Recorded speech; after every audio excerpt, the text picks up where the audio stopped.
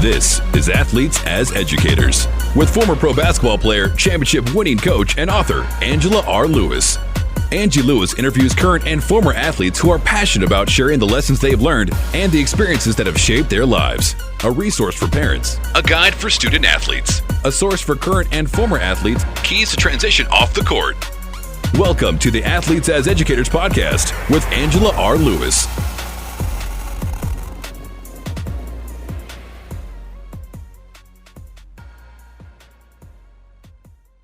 On our show today, we have a very special guest. I am honored to speak to the fastest woman alive, Carmelita. Thank you for joining me today.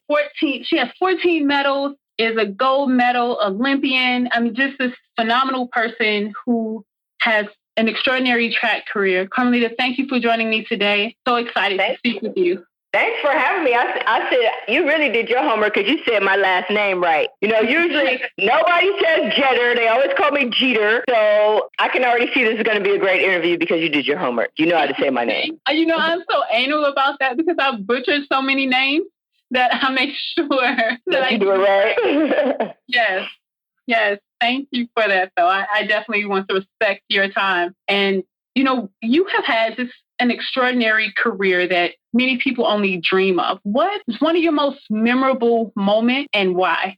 My most memorable moment. I remember everything. Okay. But one moment I do cherish a little more is in 2007 I made my first team. And this was me going out on a ledge and just running. I had stopped working and I put all my effort into making this team. And I had 3 jobs. I was working at Bishop Montgomery High School, which was the school I graduated from. And I was the track coach. I was the assistant athletic director. I was the cheer coach, and I worked in activity. And yes, I was doing a lot just to make, everything meet. And I found an agent, Total Sports, and they represented me for the trials in 2007 for World Championships. And I told him, I said, it's really hard for me to take off of work and do these things. I'm really penny pinching, I'm holding my money together.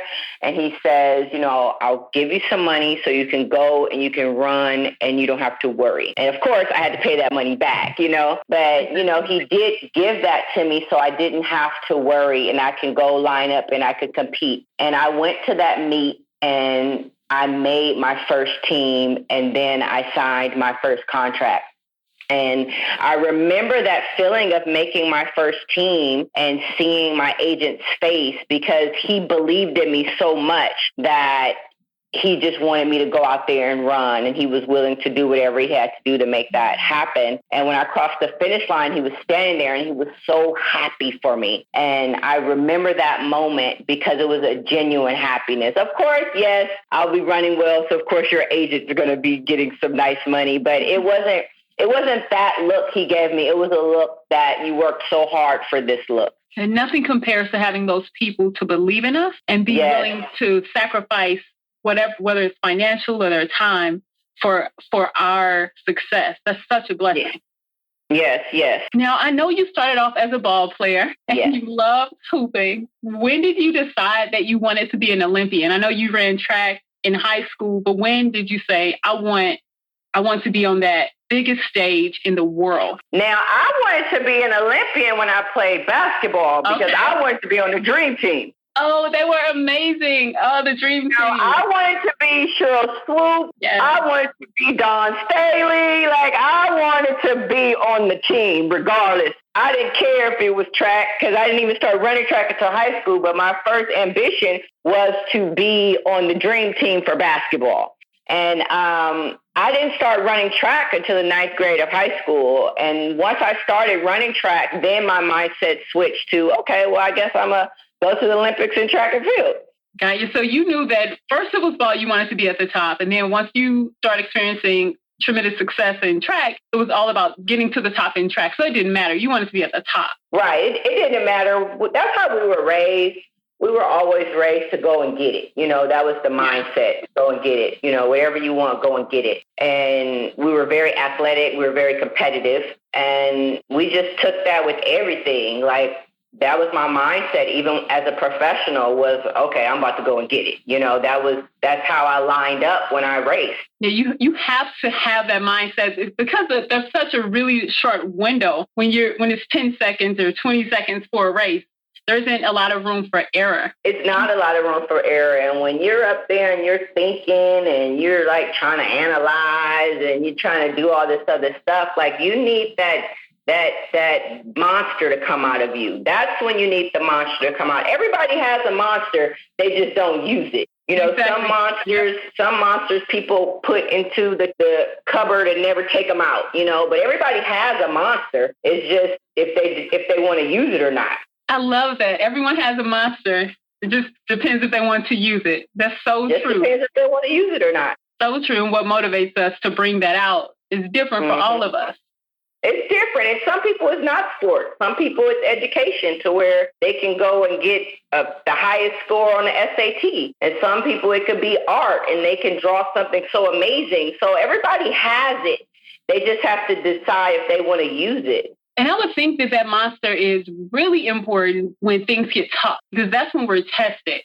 Now, most athletes, especially who've made it to the level that you have had tons of injury. I mean, I know that you were hobbling along on one leg in the race for your life to make it in 2012. Will you talk a little bit about that and how you just persisted through that injury? Well, 2012 was more emotional for me because I lost my Aunt Brenda to breast cancer. And I told her I was going to make that team. So me running with my leg hamstring already damaged and basically limping across the line and making the team, that was just will. That was just heart. That wasn't anything physical. Like, that wasn't my body. That was my heart. My heart got me across the line. My mind got me across the line. I tell people all the time, like, I'm vicious, but my mind is vicious.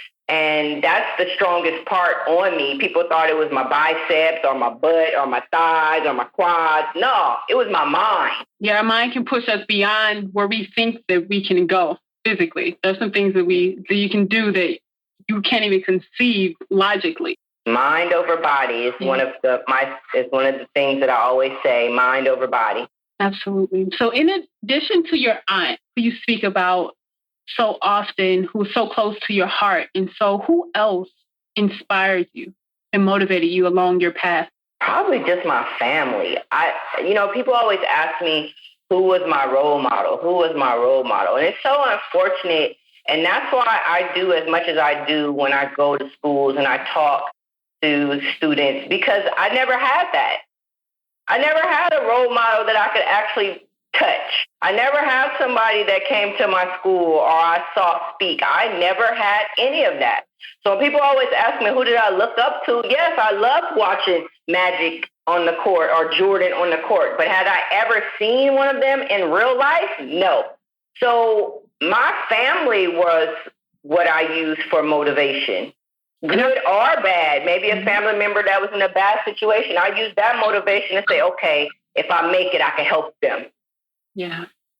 If I do this, then I can help them. I didn't have a real life superhero. I had real life people.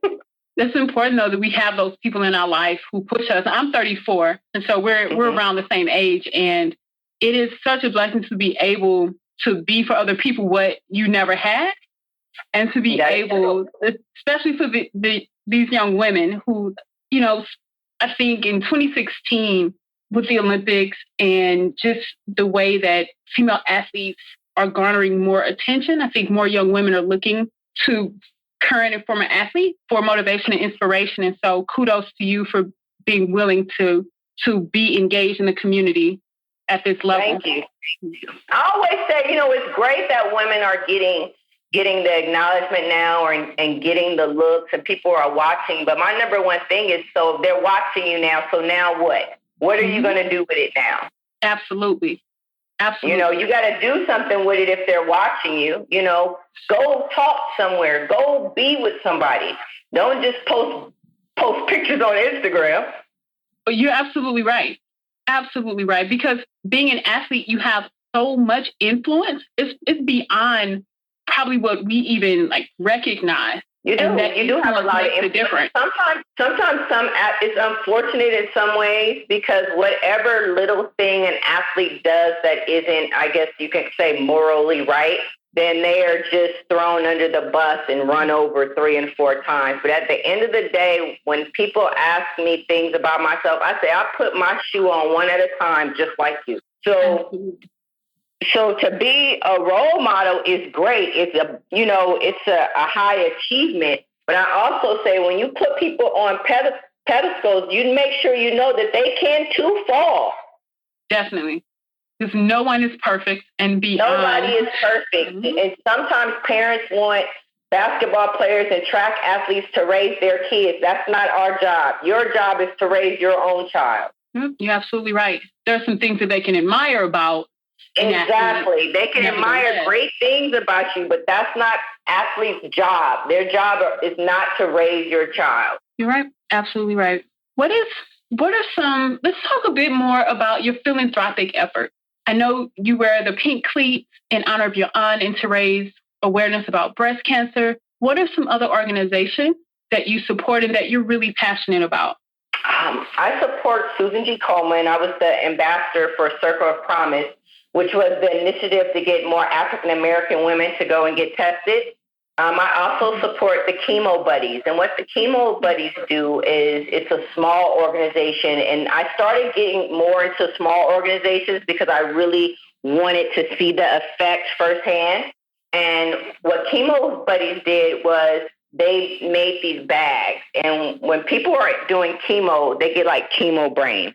So that means like their brain gets a little stale, they might get cold, they get hungry. So Chemo Buddies made this bag for each person in the hospital that came in to get chemo. And so what the bag had in it was a blanket, it had water, granola bar, a word, a crossword, so your mind can stay active. Mm-hmm. It had all these great things in it. And that's why I started dealing with Chemo Buddies, because I thought that was amazing. I got a chance to go into the hospitals firsthand and pass out the bags and just see that, okay, my bags are really going somewhere. They're really touching someone. And it feels good to know that you're really helping. It's great to give money, but sometimes it's even better to give your time. And just so somebody can see your face and see that, you appreciate them. And I loved that more than other things that I was doing. Will you talk a bit more about Chemo Buddies? Because I think that's extraordinary. My dad went through cancer last year. He has to go through chemo and radiation. And as you're talking, I'm having the visual of him walking into the room and sitting in a chair and getting the chemo. Mm-hmm. And how it would have been great if he had a crossword puzzle and a blanket, those types of things. Are they only on the West Coast or? They're only on the West Coast, and we were fortunate enough because Aqua Hydrate is also one of my sponsors for water, and Aqua Hydrate donated water to put in the bags also. So, yes, they're great. They're amazing. Yeah, I love that. I'm going to do some research after the interview to see if there's anything similar here, because obviously cancer impacts so many people. And it seems like a really great organization and much needed on a broader scale. Mm-hmm. Was there one particular hospital that you partnered with, or was it a system like SSM or? Well, they did a couple of hospitals. One of them was the USC hospital. Another hospital was, I don't want to say the wrong name, but it was also in the Valley. I do remember that. Mm-hmm. Well, thank you. And I loved your point about working with smaller organizations to be able to really feel and see the impact. It's not a publicity stunt. It's like you genuinely cared about this organization. I love that. I think that's great. Thank you. What is some of the best advice you've ever received? The best advice I've ever received. I know my grandma used to always tell me, don't act like I'm too big for my britches, but that wouldn't be it. You know what my dad always said, when I was running track and I was a professional, you're never desperate. Mm. And I kept that with me. I was the highest tested athlete in track and field. I was tested more than every athlete in track and field. And that was because I held records. I did amazing things, and I get it. And when I got hurt, my dad always used to say to me, don't forget, I always told you we are never desperate. And I was like, you're exactly right. We are never desperate. And I've always listened to that, because when you're dealing with big money and you're dealing with medals and you're dealing with people, all around you, and your fame can get bigger and bigger if you're winning and you stay winning. But one thing my dad always reminded me is we are never desperate. That is great advice. Wow. That's really good. I like that. I really like that. You're never desperate. When that feeling comes about, people make decisions that they may ultimately regret. They make crazy decisions. They do whatever they could do to get ahead. And that was the number one thing he told me when I first started running is, now remember, we ain't never desperate. And I was like, okay, I got you. I'm with you, Pop. Like, I got it. Got it. There are a lot of young athletes who want to walk in your footsteps and who are interested in running at that level. Will you talk a little bit about your advice for them and what it's really like to be an elite athlete? My advice for someone that wants to compete, I always tell people that it doesn't matter what school you go to. People think you got to go to this big D1 school to be amazing. No, you don't. I went to a Division II school that had 9 girls on the track team. So you go wherever you go, but you got to put in the work regardless of where you go. So if you go to a D1 school or a D2 school, if you don't put that work in, you're not going to amount to what you want to amount to. It's all about hard work. It's all about pushing the envelope. I tell people all the time, heart beats talent every day, because the person that has the most heart trains. And sometimes the talented person doesn't train like they're supposed to. And going to a D2 school, I would beat a lot of girls that you would think were more talented than me. But I trained extremely hard, and I trained with my heart. So I would beat them because they lined up as if they were already great. So I always tell people, you have to train. You have to push yourself. You have to push the envelope. You have to expect more of yourself. You can't just do what they expect you to do. You have to do what they expect you to do and then some. And it's not easy to be an elite athlete. It's very hard to be an elite athlete. And that's why I tell people to make sure you graduate. Mm-hmm. Because running track is not guaranteed. Playing a sport is not guaranteed. You can get hurt the final game of the basketball season and shatter your knee. And guess what? Your NBA dream is over. It's all about getting that degree. And then what are you going to do next? Not what am I going to do first, then, I guess I'll go get my degree now. No, it should be first and second. Those skills that they learn when they're in college, they're going to be invaluable as they transition out, because sports is so short. I mean, it's rare that people have. Think about the NFL career. It's 3 to 5 years. It's very and nowadays, more athletes are not getting picked for the NBA. They're having to go play overseas. I constantly tell people that you always have to have 2 plans. You can't just have one plan. I don't care how good you are. Because you just never know. You never know. You put your all into that happen. First plan. But anything can happen. Anything can, absolutely. When you hurt your hamstring this most recent time last year and pulled out of the Olympic trials, will you talk about your transition from running and how your life has changed, how it impacted you? Well, it wasn't my hamstring. It was my quad. I re-injured my left quad. No, I'm just letting you know. I re-injured my left quad, and it was a very hard decision for me to make. And it was the decision that I had to make. Nobody would make it for me. That's what made me so upset. But it was a decision that was made for the best for me. And the transition, what I really did for like 6 months was I didn't do anything that had to do with track and field. Really? So I didn't train. I didn't work out. I didn't eat right. I didn't do any of that stuff. I was pretty much like a regular person for 6 months, and I needed that mentally. Mm. I slept in. I went to bed late. I went out with my friends. I just enjoyed myself. I have been so disciplined and so strategic since 2007. And I lived a life of an athlete to where I went to bed at 9 o'clock. I woke up at 5:30 for a very long time. So when I didn't make the team because of my leg and I didn't run at the trials, I said, okay, I'm going to step back and I'm going to enjoy me. I have all these great things that I got from running track and field, but I've never really enjoyed it. So I sat around the house for a couple of days just watching TV. I went in and out of town. I just had a good time for 6 months. And maybe my transition was a little different than someone else's because I wanted to step back and sit down. Yeah, that makes a difference when it's your call and you do it the way that you want to do it. Yes, you got to do it the way you want to do it. And no one can do it for you or push you to do it a certain way. You never want any regret.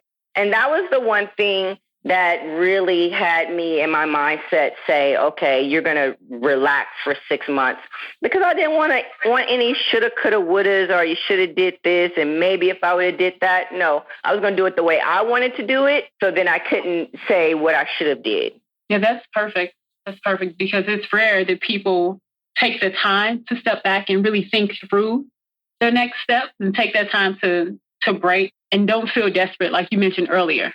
They don't have this feeling of desperation on their next step. So 2017 has just started. What are you most excited about as we wrap up for this year? What are you most excited about? Well, right now I'm assistant coaching at Cal State Dominguez Hills, and that's where I graduated from. So of course I wanted to go back and be a part of the Toro family, but I'm really excited about seeing my girls run well. You know, I'm really excited to show the world that not only am I a great athlete, I am a great coach as well. Because I feel that coaching is just not about coaching. Coaching is also about mentoring and empowering. And I do that already. So now I get to do what I love, which is track and field. Plus, I get to save someone or push someone in the better direction. So I'm really enjoying it. I always feel energized when I leave practice. I always feel good about myself. I feel good about my girls.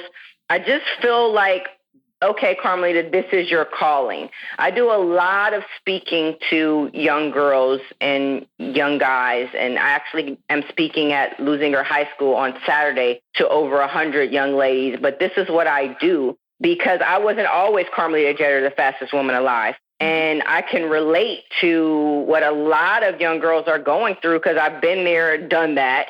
And I love to be able to sit back now and watch, you know, myself on tape and watch the things that I do and look at the girls' faces in the audience and see, okay, I touched her. Okay, she can hear me. She's listening.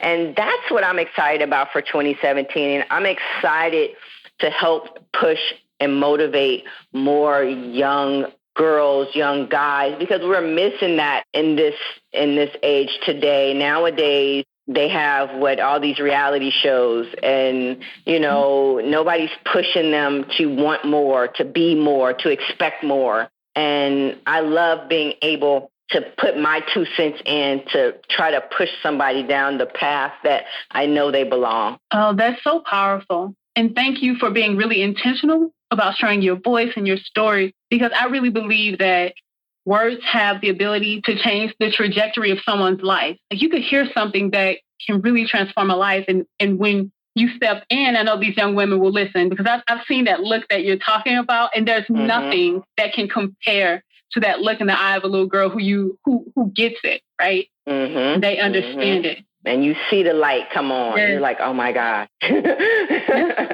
It gives me chills just to think about.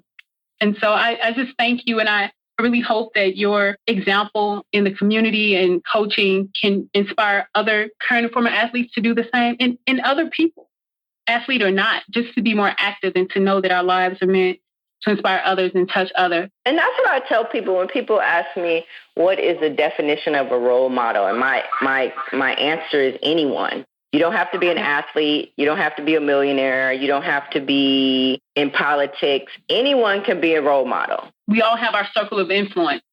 We all have our circle of influence. It can be someone that's, you know, a teacher, or someone that's a model, or someone that, you know, just works as a janitor. You know, it doesn't matter. everybody has a story, so everyone can be a role model if it's a positive role model. Exactly. And none of us are perfect, so please don't listen and think I said that all the time. Nobody is perfect. Lord knows. And I think maybe that's why I do get the attention that I get when I'm speaking to them, because I do speak as if I'm not a perfect person, because I'm not. So I'm not lying. I'm not perfect. So I do believe that more people really, let other people know that they also have flaws. It'll help them relate to them more. You're absolutely right. Beyond all the Instagram pictures, like all that looks good, but there are plenty of mistakes that we all make. Well, I did this one empowerment class, and it was about Instagram. And I came to the class with no makeup on. How did they respond? And I said, you guys probably follow me on Instagram. I look fabulous on there, huh? And I said, well, this is how I look when I wake up in the morning. Then I also did a challenge on Instagram where I said, post a no makeup picture. And a lot of people posted no makeup pictures because, okay, it's great to be made up and it's great to look fly. But sometimes, hey, I don't feel like looking fly and being made up, and I'm still gorgeous. Exactly. Yep, exactly. Now, young women need to see that and know that. Love yourself first, then do whatever you want to do. But start with love. Whatever you want to do, because trust and believe, the person that you idolize, if she put up a picture with no makeup, you wouldn't believe it. It's amazing what makeup can do. I've seen some pictures of myself with makeup. I had to do a double take. You would not believe it. Well, Carmelita, I just want to thank you. Thank you so much. I really enjoyed speaking with you. I wish you the best in 2017 as you go out and coach and inspire these young women. If people want to know more about you, how can they reach you? How can they learn more about what you have going on and coming up? Well, you can follow me on Twitter, which is Carmelita Jetter, or you can follow me on Instagram, which is Jet G5, or you can check out my website, which is carmelitajetter.com. Perfect. I'll be sure to put all of your links in the show notes. And again, thank you so much. Thank you. Bye-bye.